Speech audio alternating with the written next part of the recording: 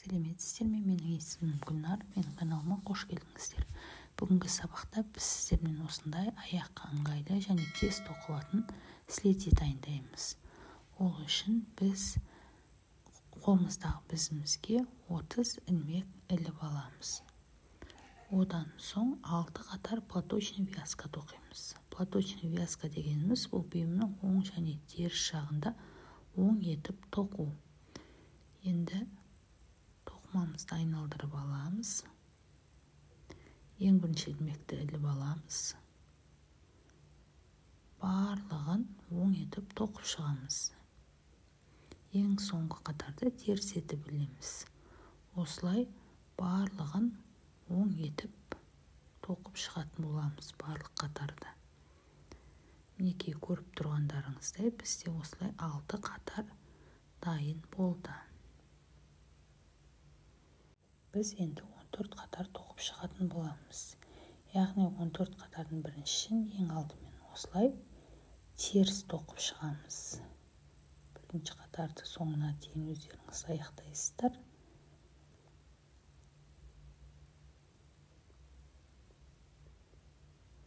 Ең соңғы ілмек теріс тоқимыз. Одан соң айналдырып аламыз тоқымамызды.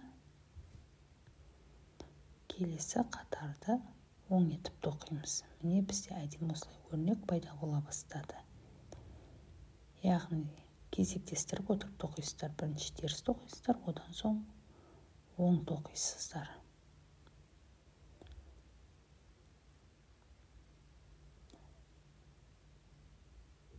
Міне көріп тұрғандарыңыздай бізде 14 қатарымыз дайын болды. Менде бұл тоқылған 14 қатар 8 см болды. Мен осы следиді 38 размерге тоқып жатырмын. Енді біз әрі қарай өкшесін шығаратын боламыз. Яғни біз ең алғашында 30 ілмек іліп алдық. Осы 30 ілмекті 3-ке бөлеміз. Яғни 10-10-нан 3 бөлік шығады бізде. Алдымен осы алдыңғы 10 ілмекті тоқып шығамыз.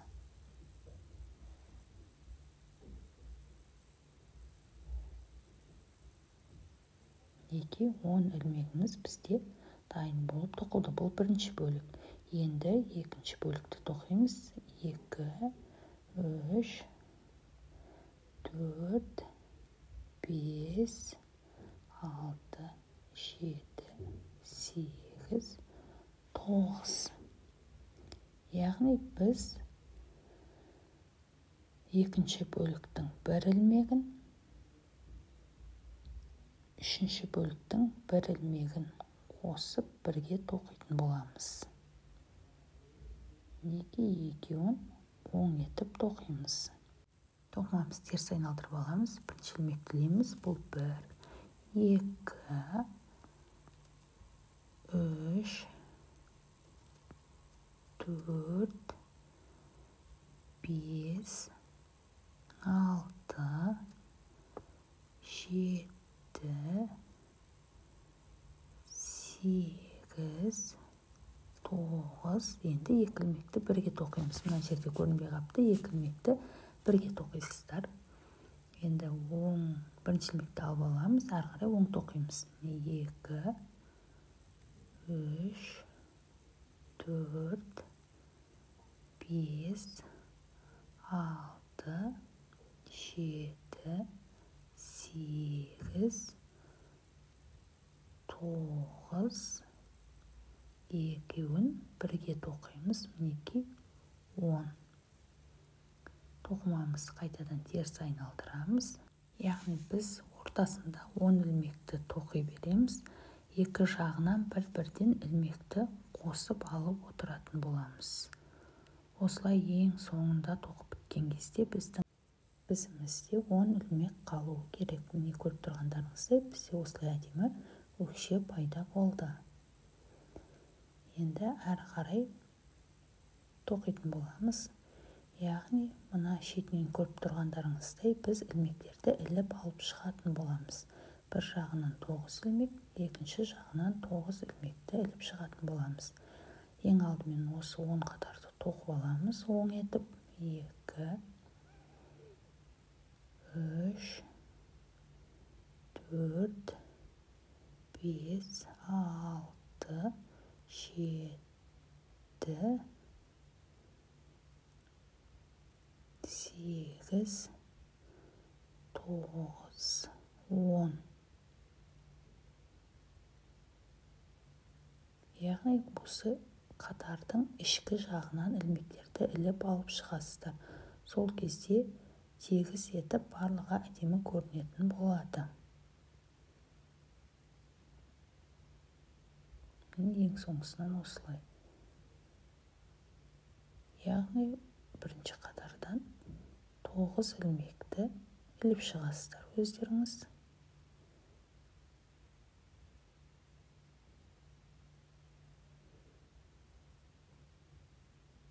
Енді 9 ілмек бізде ілінді. Енді айналдырып аламыз да теріс тоқып шығамыз. Жаңағы ілінген 9 ілмегімізді ортаңғы ілмектегі 10 ілмекті, яғни 19 ілмекті теріс тоқып шығамыз. Міне енді осы бөлігінен тағы 9 ілмекті іліп шығатын боламыз. Міне көріп тұрғандарыңыздай біздің ілмегімізді іліп толықтай дайын болды. Яғни бірінші бөлігінен 9, ортасынан 10 ілмек, келесі бөлігінен 9 ілмек. Сонда біздің бізімізде 28 ілмек пайда болды. Енді осыны ұзыннан толықтай тоқып шығатын боламыз. Яғни өкшесіне тоққандай алдымен оң тоқимыз, одан соң теріс тоқимыз. Осылай өзімізге қажетті ұзындық пайда болғанша тоқып шығамыз. Яғни өзіңіздің аяғыңыздың размері қанша, соған сәйкестендіріп тоқып шығасыз. Тіпті аяғыңызға өлшеп киіп көрсеңіз де болады. Міне менде осындай ұзындық пайда болды. Біз сілемізді қысқартатын боламыз. Бірінші ілмекті іліп аламыз. 2, 3, 4, 5, 6 ілмекті оң тоқимыз. Одан соң осы 3 ілмекті біріктіріп қысқартамыз, яғни 1 ілмек етіп тоқитын боламыз. Ортаңғы бөлікте 10 ілмек тоқып шығамыз. 1, 2, 3, 4, 5, 6, 7, 8, 9, 10. Енді 9 ілмек қалды. Бізде осы 3 ілмекті 1 ілмек етіп тоқитын боламыз. Яғни үшеуін біріктіріп бірге тоқимыз. Бізімізде 6 ілмек қалды. Қалған 6 ілмекті оң етіп тоқып шығамыз. 1, 2, 3, 4, 5, 6. Енді тоқымамыз теріс айналдырамыз. Барлығын еш өзгеріссіз теріс етіп тоқып шығамыз. Енді екінші қатарды қысқартып бастаймыз. Бірінші қатарда 6 ілмек тоқысақ, міне қысқартылған жері бізде әдемі болып көріне бастады. Бірінші қатарда 6 ілмек тоқысақ, біз екінші қатарда енді 5 ілмек тоқимыз.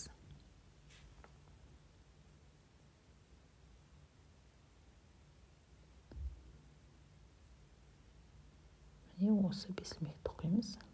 Біріншісін іліп аламыз. 2, 3, 4, 5. Бірінші бөлік пен екінші бөліктен бір-бір ілмектен алып қысқартамыз. Міне ортаңғы бөлік көрініп тұр. 3 ілмектен 1 ілмек өткіземіз.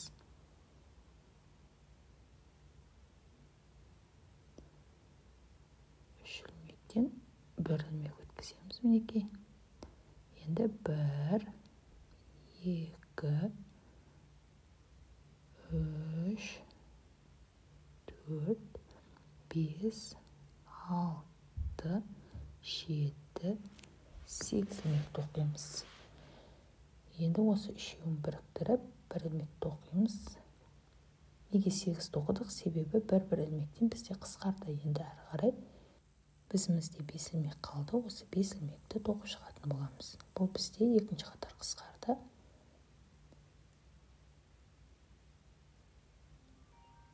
Теріс қатарды толықтай теріс етіп еш өзгеріссіз тоқып шығатын боламыз. Енді біз үшінші қатарды қысқартамыз. Үшінші қатарда 4 ілмек тоқитын боламыз. Біріншісін аламыз. 1, 2,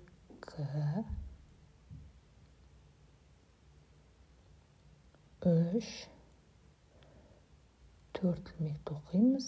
Енді жаңағыдай 3 ілмекті бірге қысқартатын боламыз. Үшеуін қысқартып 1 ілмек жасаймыз. Енді біз қазір ортасында 6 ілмек тоқимыз.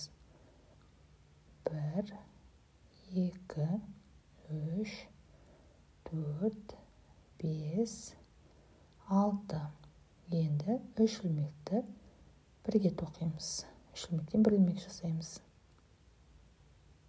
Неге 1 ілмек? Енді біздің бізімізде 4 ілмек қалды, соны тоқып шығамыз. 1, 2, 3, 4.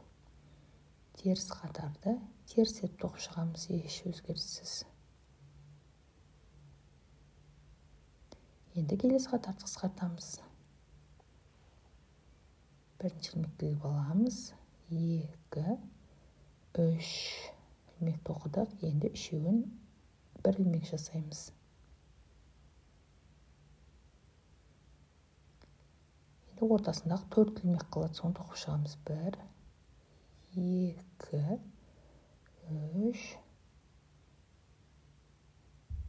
4. Енді 3 ілмектен 1 ілмек жасаймыз.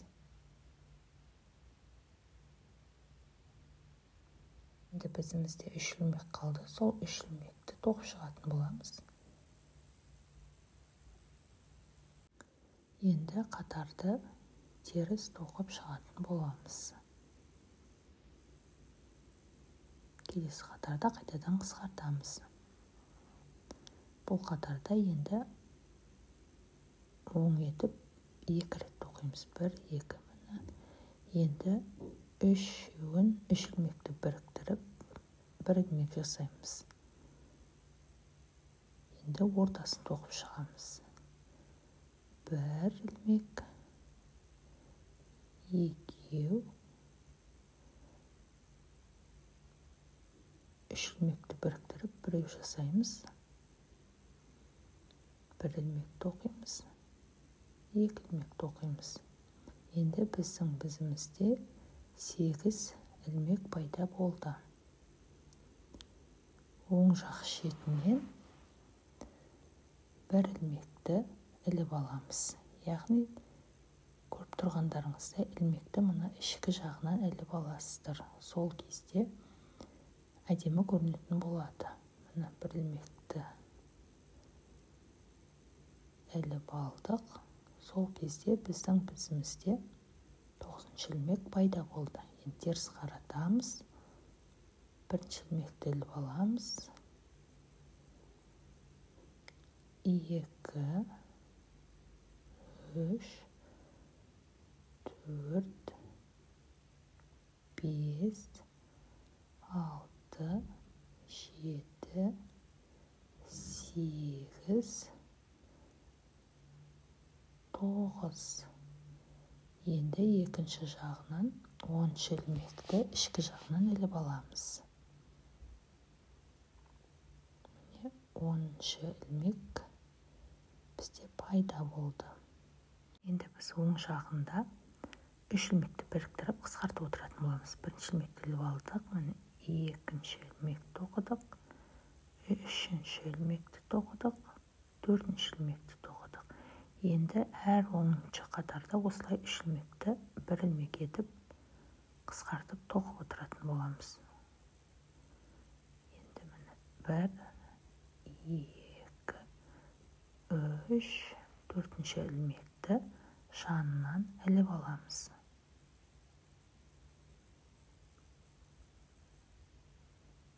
Жанынан іліп алдық. Енді теріс етіп тоқып шығамыз. Сонда байқағандарыңыздай әр қатарда біз оң жағынан сол жағынан 1 ілмектен қосып іліп алып отыратын боламыз.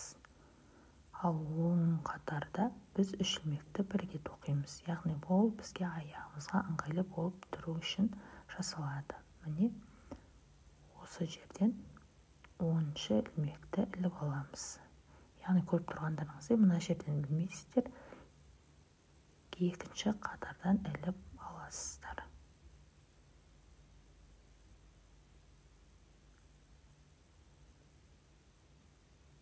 Міне 10-шы ілмек ілінді. Енді оң қаратамыз. Әр қатарда осылай қысқартып отырасыздар. Бірінші ілмек, екінші ілмекті тоқыдық, үшінші ілмекті, төртінші ілмекті тоқыдық. Енді 3 ілмектен бір ілмек жасаймыз. Әрі қарай 3 ілмек тоқып шығамыз. Төртінші ілмекті жанынан іліп аламыз.